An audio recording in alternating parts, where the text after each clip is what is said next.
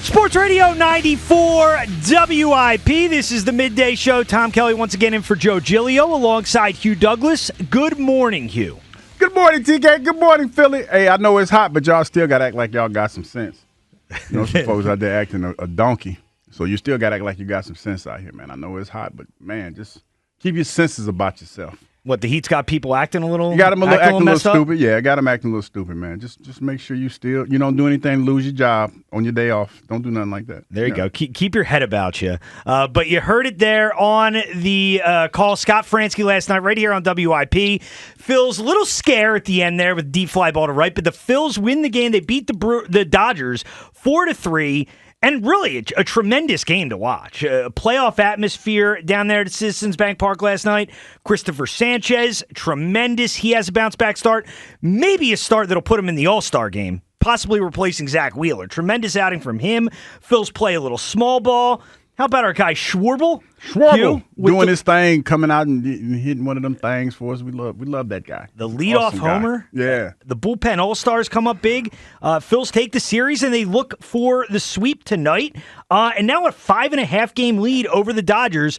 Your reaction if you want to get in on what we saw last night. 215-592-9494. 215-592-9494. That was a really fun game to watch last night. Yeah, first team to 60 wins. Captain Obvious over here, but it was fun to watch, man. I'll tell you what, watching that game, I am not mad at anybody who's feeling any type of way this morning. I'm not going to say it because they're all feeling it. Everybody know what I'm talking about. I'm not mad at you. I'm not mad at you right now if you are the person that's putting the cart in front of the horse. But I will say this, not being a Debbie Downer or anything like that, but just still a lot of baseball left to be played. Well, I think I know where you're going with this, Hugh, and that's the way I feel at this point. And this is off of something that Alec Bowman said in his post-game interview. He's talking to Tim Kirkshin on the field after the game of ESPN, and here was Alec Bowman asked about, how cool it is to be on a team like this. The Phillies are the first team to win 60 games this year. What's it been like playing for this team this year? It's been a lot of fun. I mean, obviously winning is fun, and we're doing a lot of good things. But our eyes are set on the end goal and not just winning a couple games here and there. But it's going good, and we're looking to keep it going. Stay in the moment. And that's the way I feel about it too, Hugh. Forget the moment. I mean, we're looking forward. We're looking ahead. Stay in the moment. This is something they've talked about a lot. And I'm in that mode too. And that's where we are to start the show here. Are you enjoying this ride, or are you thinking about October? 215-592-9494 if you want to get in. You're staying in the moment, Hugh. I don't know how we can watch this team and not think about what's to come in a few months. It's natural. It's the natural thing for fans to do because I just know last night, when you talk about Strom striking out Ohtani the way that he did, and everybody's like, oh, my God. I can hear the little kids running around. I was like, we're going to the world. Stay in the moment. Can you imagine? Stay in the moment. But you can't help but think about how that's going to happen in potentially in October. Nah, listen. How about that same exact moment, except October 25th? Just stay focused. Keep the main thing. I'm going to channel my inner Jalen Hurts, and I'm about to hit y'all with a gang of cliches this morning. Oh, come on, man. Keep the main thing, man. No, it was great to see. And I'm not mad at anybody for looking ahead. Because that was a hell of a game last night. And I want to know how people are feeling as they watch these games. Because for me, as a lifelong Phillies fan, and after what we saw the last couple of years, it's impossible for me to not look ahead. And it's like a weird way to watch games. But honestly, I can't watch them any other way. You love the wins. You love the way this team is playing. But every Phillies game that I watch through the prism of, how is this going to play out in the playoffs? Yes. And like Alvarado last night. Watching Jose Alvarado, and he's been scary of late. Bad performance on Friday night against the Braves.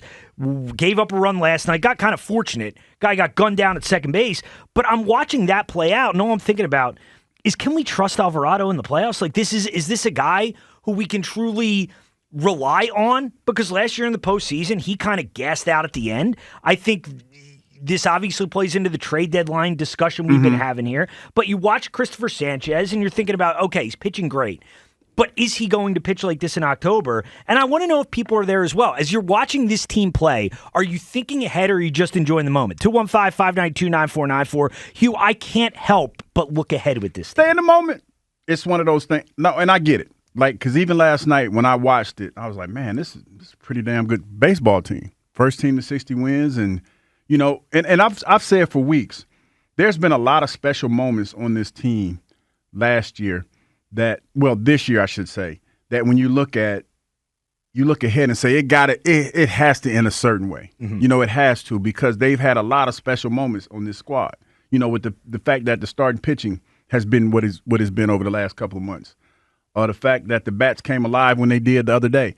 But there's still a lot of baseball left to be played, and you just want to maintain your focus. That's all. That's it. And you hear, like, if you listen to what the players are saying, that's exactly what they're doing. They're enjoying it, and they see it. They feel it, because that was electric in there. It felt like, to be honest, watching it and watching the way that it went down towards the end and the crowd reaction, felt like a playoff game. Yeah, and that's one of the things that's so impressive about this team to me, Hugh, because they stay in the moment to a degree, but at the same time, man, I think they're thinking a lot of the way that we're thinking. You heard it from Alec Boehm right there, and ultimately, they know that nothing that happens right now matters unless they end up doing what they need to do in the postseason. And this was a piece of sound here that I remembered from late May, and this is when the Phillies hit 50 games played, and they had, I think, the best record for a Phillies team through 50 games. Here was what Rob Thompson had to say at that point about that accomplishment. We talked all offseason, all spring about just a better start. So this is the best 50-game start since the 2001 Mariners. 116. What'd they do? They won 116 games. They were pretty good. They won on what? 116. 116. But what'd they do at the end? They did not win the championship. That's right. So you got to keep going. It's you just got to keep grinding, keep pushing all the way through.